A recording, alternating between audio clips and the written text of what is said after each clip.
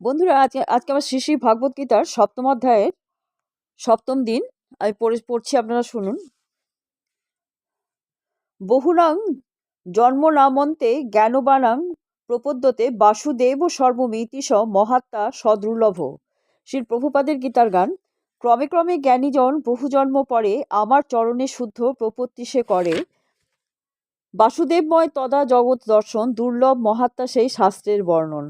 অনুবাদ: বহু জন্মের পর তত্ত্বজ্ঞানী ব্যক্তি আমাকে সর্বকারণের পরম কারণ রূপে জেনে আমার শরণাগত হন, সেই রূপ মহাত্মা অত্যন্ত দুর্লভ। তাৎপর্য: বহু বহু জন্মে ভগবত ভক্তি সাধন করার ফলে অথবা পারমার্থিক কর্তব্যকর্ম অনুষ্ঠান করার ফলে জীব এই অপ্রাকৃত বিশুদ্ধ জ্ঞান প্রাপ্ত হয় যে পারমার্থিক উপলব্ধির চরম লক্ষ্য হচ্ছেন পরম পুরুষোত্তম ভগবান। পারমার্থিক উপলব্ধির প্রারম্ভিক স্তরে সাধক যখন ভোগাসক্তির জড়বন্ধন নিবৃত্তি করার চেষ্টা করে তখন তার প্রবৃত্তি কিছুটা নির্বিশেষবাদের প্রতি আকৃষ্ট থাকে, কিন্তু ক্রমে ক্রমে সে যখন উন্নতি লাভ করে তখন সে বুঝতে পারে যে পারমার্থিক জীবনে অপ্রাকৃত কর্তব্যকর্ম আছে এবং তাকে বলা হয় ভক্তিযোগ। এটা বুঝতে পেরে সে পরম পুরুষোত্তম ভগবান শ্রীকৃষ্ণের প্রতি অনুরক্ত হয় এবং তার শ্রী চরণ কমলে আত্মনিবেদন করে। এই অবস্থায় সে বুঝতে পারে যে ভগবান শ্রীকৃষ্ণের কৃপাই হচ্ছে সর্বসার সর্বস্ব। শ্রীকৃষ্ণই হচ্ছে সর্বকারণের পরম কারণ এবং এই বিশ্ব চরাচর তার থেকে স্বাধীন স্বতন্ত্র নয়। সে বুঝতে পারে যে এই জড়জগৎ পারমার্থিক বৈচিত্র্যেরই বিকৃত প্রতিবিম্ব এবং সব কিছুই পরমেশ্বর ভগবান শ্রীকৃষ্ণের সঙ্গে কোনো না কোনোভাবে সম্বন্ধযুক্ত। তাই সে বাসুদেব অথবা শ্রীকৃষ্ণের পরিপ্রেক্ষিতে সব কিছু চিন্তা করে। বাসুদেব শ্রীকৃষ্ণকে সর্বত্র দেখার এই অভ্যাস পরম লক্ষ্য ভগবান শ্রীকৃষ্ণের প্রতি তার পূর্ণ সমর্পণ ত্বরান্বিত করে। এই ধরনের শরণাগতি অত্যন্ত দুর্লভ। শ্বেতাসত্তর উপনিষদের তৃতীয় অধ্যায়ে খুব সুন্দরভাবে শ্লোকটির ব্যাখ্যা করা হয়েছে। সহস্র শীর্ষা পুরুষং সহস্রাক্ষ সহস্রপাত স্বভূমি বিশ্বত বৃত্তান্ততি তিষ্ঠদ দশাঙ্গুলম পুরুষ ত্রিবেদং সর্বং যদভূতং যচ ভব্যম উতামৃতত সেনা যদন্নে নাতি রহুতি। ছান্দোগ্য উপনিষদে বলা হয়েছে যে ন বৈ বাচো ন চক্ষুংসি ন শ্রোত্রাণি ন মনাংসি সিত্তা চক্ষতে প্রাণা ইত্য বা চক্ষতে প্রাণ হৈবতানি সর্বাণি ভবন্তি।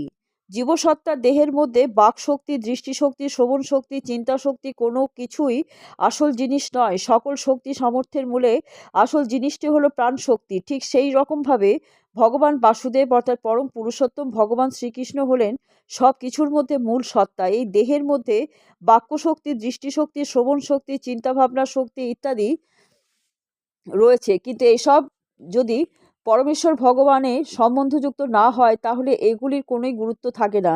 যেহেতু বাসুদেব সর্বব্যাপক এবং সব কিছুই হলেন বাসুদেব স্বয়ং, তাই ভক্ত পূর্ণ জ্ঞানে আত্মসমর্পণ করে।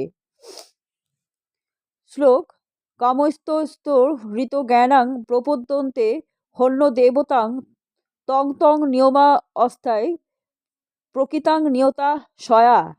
শ্রী প্রভুপাদের গীতার গান। যে সমস্ত কামনার দ্বারা থাকে বশীভূত প্রপত্তি আমাতে তদা নহে তো সম্ভত, সেই কাম দ্বারা তারা হৃতজ্ঞান হয় আমাকে ছাড়িয়া অন্য দেবতা পূজয়। অনুবাদ: যাদের মন জড় কামনা বাসনার দ্বারা বিকৃত তারা অন্য দেবদেবীর শরণাগত হয় এবং তাদের স্বীয় স্বভাব অনুসারে নিয়ম পালন করে দেবতাদের উপাসনা করে। তাৎপর্য: যারা সর্বতোভাবে জড় জগতের বন্ধন থেকে মুক্ত হতে পেরেছে তারাই পরমেশ্বর ভগবান শ্রীকৃষ্ণের চরণে আত্মসমর্পণ করে তার প্রতি ভক্তিযোগ যুক্ত হয়।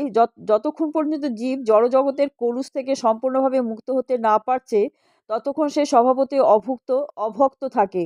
কিন্তু তবুও বিষয় বাসনার দ্বারা কলুষিত থাকা সত্ত্বেও যদি কেউ ভগবানের প্রতি উন্মুখ হয় তখন সে তার বহিরঙ্গা প্রকৃতি মায়ার প্রতি আকৃষ্ট হয় না। যথার্থ লক্ষ্যের প্রতি উত্তরোত্তর অগ্রসর হতে হতে সে শীঘ্রই প্রাকৃত কাম বিকার থেকে সর্বতোভাবে মুক্ত হয়। শ্রীমদ্ ভাগবতে বলা হয়েছে যে জড়জাগতিক বিষয় বাসনা থেকে সম্পূর্ণভাবে মুক্ত হোক অথবা অনেক প্রাকৃত অভিলাষ যুক্ত হোক, মোক্ষকামী হোক অথবা সব রকম কামনা বাসনা রহিত শুদ্ধ ভক্তই হোক, সকলেরই কর্তব্য হচ্ছে বাসুদেবের শরণাগত হয়ে তার উপাসনা করা।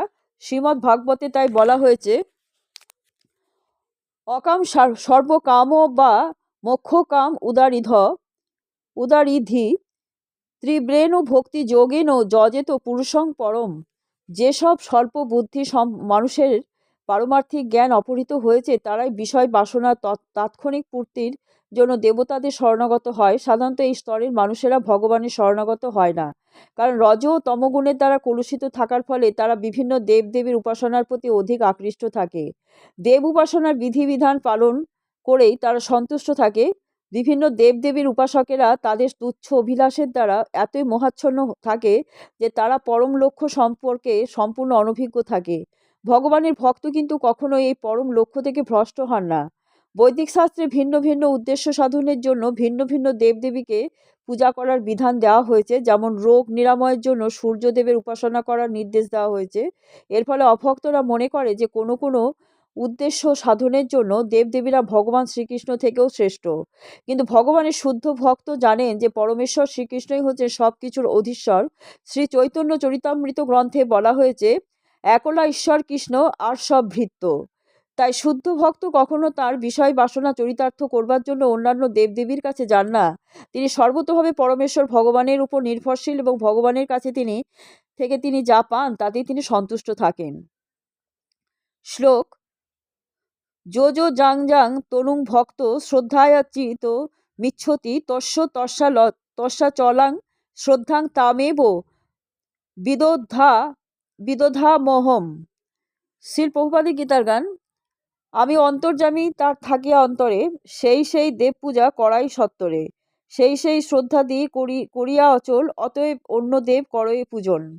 অনুবাদ: পরমাত্মা রূপে আমি সকলের হৃদয়ে বিরাজ করি। যখনই কেউ দেবতাদের পূজা করতে ইচ্ছে করে আমি তাদের শ্রদ্ধা অনুযায়ী সেই দেবতাদের প্রতি ভক্তি বিধান করি। তাৎপর্য: ভগবান প্রত্যেককেই স্বাধীনতা দিয়েছেন, তাই কেউ যদি জড় সুখ ভোগ করার জন্য কোনো দেবতার পূজা করতে চায় তখন ভগবান, যিনি সকলের অন্তরে পরমাত্মা রূপে বিরাজ করছেন, তাদের সেই সমস্ত দেবতাদের পূজা করার সময় সব রকম সুযোগ সুবিধা দান করেন। সর্বজীবের পরমপিতা ভগবান কখনো তাদের স্বাধীনতায় হস্তক্ষেপ করেন না, পক্ষান্তরে তিনি তাদের মনোবাঞ্ছা পূর্ণ করার সব রকম সুযোগ সুবিধা দান করেন।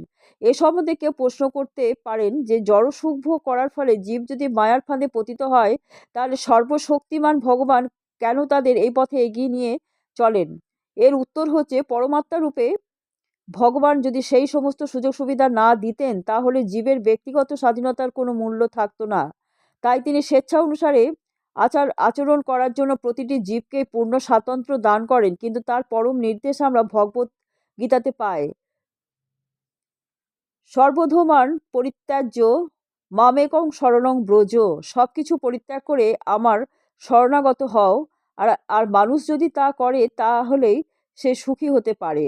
জীবাত্মা এবং দেবতা এরা উভয় পরম পুরুষোত্তম ভগবানের ইচ্ছার অধীন। তাই জীব নিজের ইচ্ছের ফলে দেবদেবী পূজা করতে পারে না এবং দেবদেবীরাও ভগবানের ইচ্ছে ব্যতীত বরদান করতে পারেন না। ভগবান বলেছেন যে তার ইচ্ছা বিনা একটা পাতাও নড়ে না। সাধারণত সংসারে বিপদগ্রস্ত মানুষেরাই বৈদিক নির্দেশ অনুসারে দেবের উপাসনা করে। যেমন রোগ নিরাময়ের জন্য রোগী সূর্য উপাসনা করে, বিদ্যার্থী বাগদেবী সরস্বতীর পুজো করে, সুন্দরী স্ত্রী লাভ করার জন্য শিবপত্নী উমার পূজা করা হয়। এইভাবে শাস্ত্রে বিভিন্ন দেবতাদের পূজা করার বিধান দেওয়া হয়েছে। প্রতিটি জীবই কোনো বিশেষ প্রাকৃত সুখ উপভোগ করার অভিলাষী হয়। তাই ভগবান তাদের অন্তরে বিশেষ বিশেষ দেবদেবীদের প্রতি অচল শ্রদ্ধা দান করে তাদের উপাসনা করতে অনুপ্রাণিত করেন এবং তার ফলে তারা সেই সমস্ত দেবদেবীর কাছ থেকে বর লাভ করতে সমর্থ হয়। এভাবে আমরা দেখতে পাই যে ভিন্ন ভিন্ন দেবদেবীর প্রতি জীবের যে অনুরাগ জন্মায় তা ভগবানেরই দ্বারা নির্দিষ্ট হয়। দেবদেবীরা তাদের নিজেদের শক্তির প্রভাবে জীবকে তাদের প্রতি অনুরক্ত করতে পারে না। জীবের অন্তরে পরমাত্মা রূপে বিদ্যমান থেকে শ্রীকৃষ্ণই মানুষকে দেব উপাসনায় অনুপ্রাণিত করেন। দেবতারা বস্তুত ভগবান শ্রীকৃষ্ণের বিশ্বরূপের বিভিন্ন অঙ্গ, তাই তাদের কোনোই স্বাতন্ত্র্য নেই। বেদে বলা হয়েছে পরমাত্মা রূপে ভগবান দেবতাদের হৃদয়েও বিরাজ করে, তাই তিনি বিভিন্ন দেবদেবীর মাধ্যমে জীবের প্রার্থনা পূর্ণ করেন। এভাবে দেবতা এবং জীবাত্মা এরা কেউই স্বাধীন নয়, তারা সকলেই ভগবানের ইচ্ছের অধীন। বন্ধুরা, আজকে এই পর্যন্ত। কালকে আপনাদের আর পড়ে শোনাবো।